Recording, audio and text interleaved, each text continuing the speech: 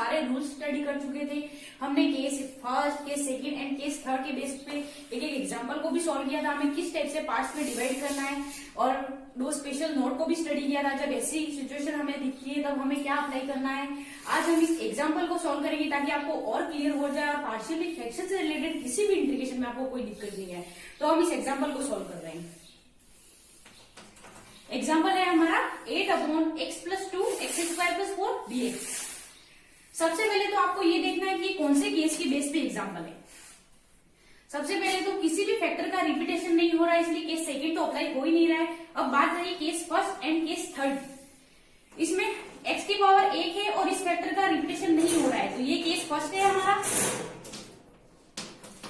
इसमें x की power second है, x की पावर 2 देखते ही आपको तुरंत पता चल जाएगा कि ये केस थर्ड है।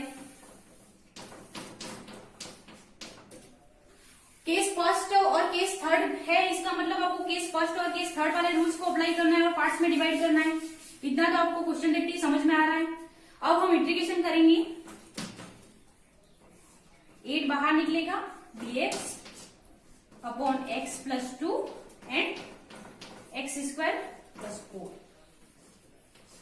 दो फैक्टर है, इसे दो पार्ट्स में डिवाइड करके इंटीग्रेशन करना है, ये भी आपको देख के समझ में आ रहा होगा। अब हम इसको सॉल्व करेंगे पार्ट्स में डिवाइड करके। 1/x+2 x² + 4,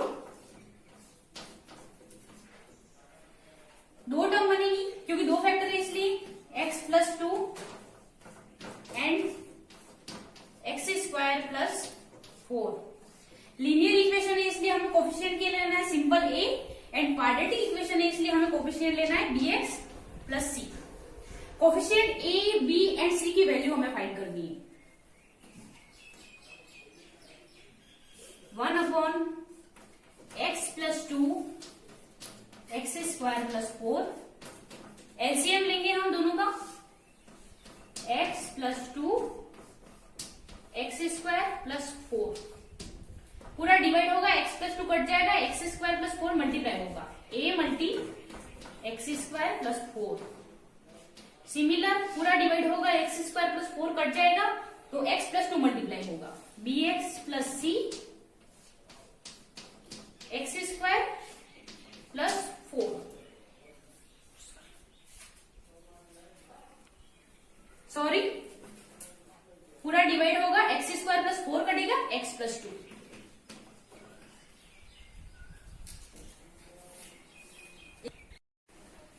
इस स्टेप को यहां भेजने पर तो ये x+2 x² + 4 है, ये भी x+2 x² + 4 है, तो ये पूरा ऊपर जाएगा, ये घट जाएगा, तो यहां आएगा 1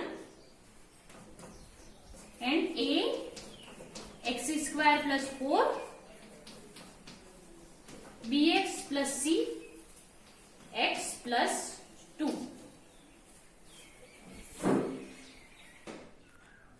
हमें coefficient a, b and c की वैल्यू फाइंड करनी है, तो इस इक्वेशन से हम coefficient a, b and c की वैल्यू फाइंड करेंगे। सबसे पहले दोनों टर्म में x² की कोफिशिएंट को कंपेयर करने पर, इसमें x² वाली स्टेप आ ही नहीं रही, तो इसमें x² का कोफिशिएंट क्या होगा, 0, क्योंकि x² मल्टी 0 होगा तभी 0 हुआ है, तभी ये टर्म नहीं है इसमें 0। इसमें x² का कोफिशिएंट क्या होगा, a x² से मल्टीप्लाई होगा, तो x² का कोफिशिएंट a x², तो x² का कोफिशिएंट क्या होगा, a। सिमिलर जब ये इससे मल्टीप्लाई होगा, bx एंड x bx², तो x² का कोफिशिएंट क्या होगा, b। तो इक्वेशन बन रही है हमारे a + b = 0, a = -b। अब हमने उस स्टेप को मैं वापस रिपीट कर रही हूं, 1/x+2 था एंड x² + 4 था, = a x+2 था, bx + c x² + 4 था। और मैंने आपको ये बताया था कि अगर x+2 है तो कोफिशिएंट a की वैल्यू अपन ऐसे ही फाइंड कर सकते हैं, x+2 = 0 रख के, तो अपन a की वैल्यू यहां से फाइंड कर देते हैं, तो x+2 = 0, x की वैल्यू आ गई -2। और मैंने आपको ये भी कहा था कि अपन जिस इक्वेशन से वैल्यू फाइंड कर रहे हैं उस इक्वेशन में वैल्यू पुट नहीं करनी है, तो इसमें पुट नहीं करनी है, यहाँ पुट करेंगे, x की वैल्यू -2 पुट करेंगे, 1/x का स्क्वायर मतलब -2 का स्क्वायर प्लस 4। सो -2 का स्क्वायर क्या हो गया 4 प्लस 4, तो आ गई 1/8। ये हो गई वैल्यू a की वैल्यू हमने फाइंड कर दी और हम जानते हैं कि a की वैल्यू -b है, तो b की वैल्यू क्या आ जाएगी, a की वैल्यू -b है मीन्स b इक्वल टू -8 और a की वैल्यू क्या है 1/8 है, तो -1/8। तो a की वैल्यू आ गई 1/8 एंड b की वैल्यू आ गई -1/8। c की वैल्यू फाइंड करेंगे अब हम। अब हमें c की वैल्यू फाइंड करनी है, तो हम दोनों टर्म में कांस्टेंट कोफिशिएंट की वेरिएबल को कंपेयर करेंगे। तो इसमें कांस्टेंट क्या है 1, इसमें ये तो x² वाली टर्म है, ये a का मल्टीप्लाई 4a से होगा तो 4a प्लस ये तो x वाली टर्म है, तो c का करेंगे, तो c का मल्टीप्लाई इस इक्वेशन से। देखो अगर आपको डायरेक्ट कंपेयर करना नहीं आ रहा है तो आप इस इक्वेशन को पूरा मल्टीप्लाई करके सॉल्व करके भी कंपेयर कर सकते हैं। आपको कोफिशिएंट फाइंड करने हैं, x² के कोफिशिएंट, x के कोफिशिएंट जो इसके मल्टीप्लाई में वो कोफिशिएंट है, इस टाइप से आप कर सकते हैं पूरा सॉल्व करके। मैं आपको डायरेक्ट बता रही हूँ। तो इसका लास्ट जब फाइनल इसका इससे मल्टीप्लाई होगा तो क्या हो जाएगा, इसका इससे 2c। a की वैल्यू हमको पता है, a की वैल्यू 1/8 और c की वैल्यू हमें फाइंड करनी है। हम इसको सॉल्व करेंगे, 1/2 प्लस 2c, ये इस तरफ जाएगा, 1 - 1/2 इज इक्वल टू 2c, ये 2 - 1/2 LCM 2c, 1/2 is equal to 2c और c इधर जाएगा तो 1/4 इज इक्वल टू c। तो c की वैल्यू आ गई 1/4, a की वैल्यू 1/8, b की वैल्यू -1/8 एंड c की वैल्यू 1/4। हमने तीनों कोफिशिएंट की वैल्यू फाइंड कर दी। अब हम इस वैल्यू को इंटीग्रेशन में पुट करेंगे। ये हमारा इंटीग्रेशन था, हमने इसे पार्ट्स में डिवाइड किया था, 2 पार्ट्स में डिवाइड किया था, a/x + 2 and bx + c/x² + 4। a, b and c की वैल्यू हमने फाइंड कर ली। हम इसको पुट करेंगे इसमें इंटीग्रेशन में। हमारे 8 इज इक्वल टू a की value 1/8 upon x + 2 plus b की वैल्यू थी -1/8 x प्लस c की वैल्यू थी 1/4 अपॉन x² + 4। कुछ नहीं किया हमने, सिर्फ वैल्यू पुट किए a, b एंड c की जगह। अब हम इंटीग्रेशन करेंगे। सबसे पहले तो हम 1/8 को बाहर निकाल देते हैं, 8 × 1/8, 1/8 यहां से निकल गया तो dx 1/x + 2, यहां से 1/8 बाहर निकलेगा तो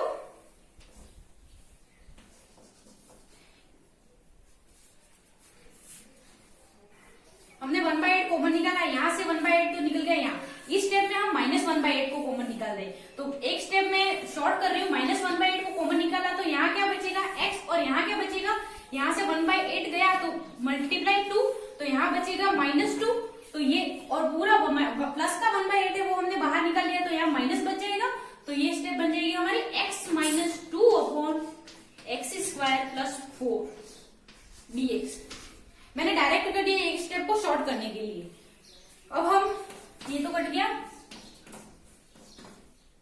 सिंपल इंटीग्रेशन करेंगे dx upon x + 2 and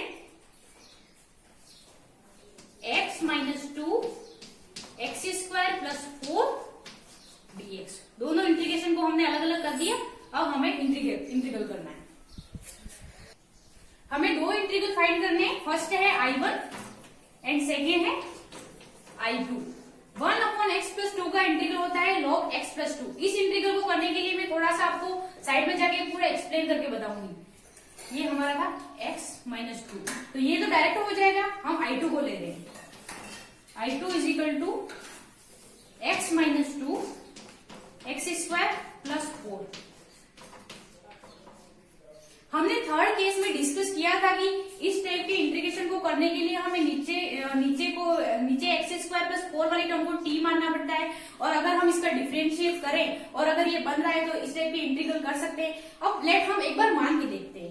x square plus 4 is equal to, अगर अपन टी मानते हैं तो इसका डिफरेंशिएशन करने पर 2x dx कॉन्स्टेंट का 0 हो जाएगा, इज इक्वल टू dt होगा। हमें चाहिए न्यूमरेटर में चाहिए 2x dx, और हमारे पास क्या है x माइनस 2 है। अगर हम 2 का डिवाइड और 2 का मल्टीप्लाई कर दे तो 2x वाली टर्म दिख रही है हमको, तो हम ऐसा एक बार करते हैं।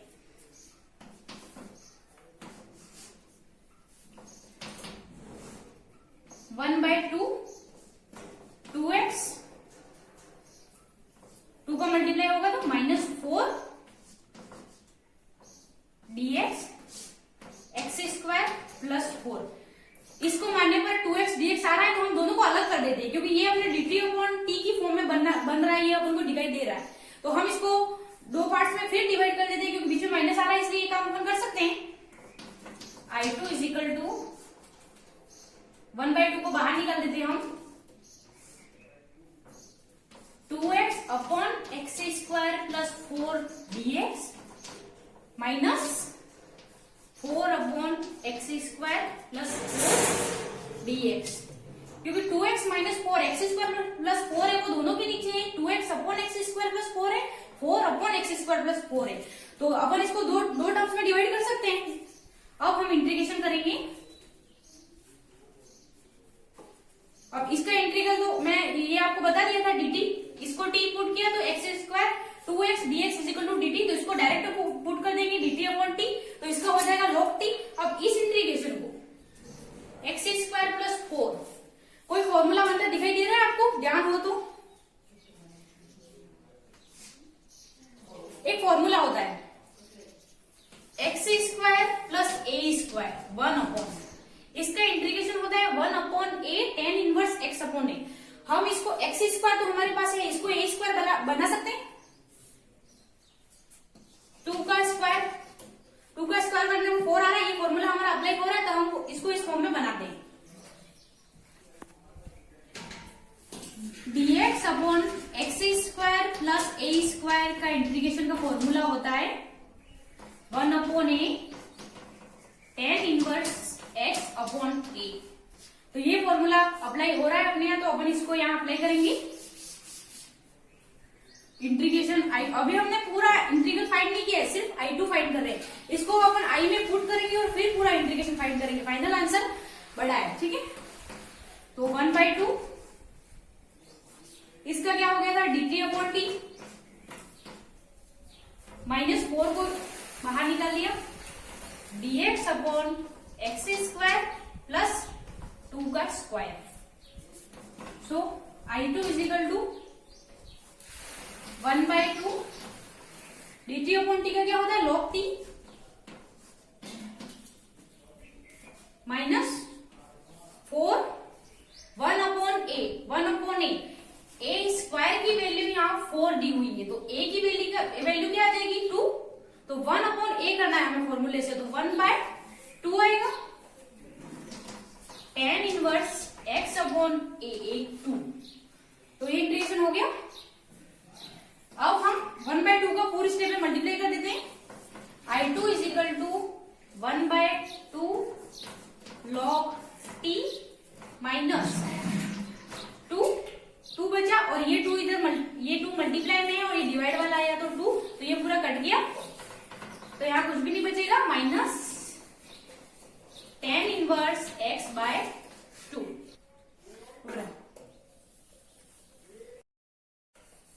हमारा इंटीग्रेशन था I is equal to dx upon, ये I1 वाली टर्म थी और ये I2 वाली टर्म थी, और I2 को हमने अलग फाइंड कर लिया था, तो I2 की वैल्यू तो यहाँ पुट कर लेनी है हमको, तो एक बार हम पुट करते हैं।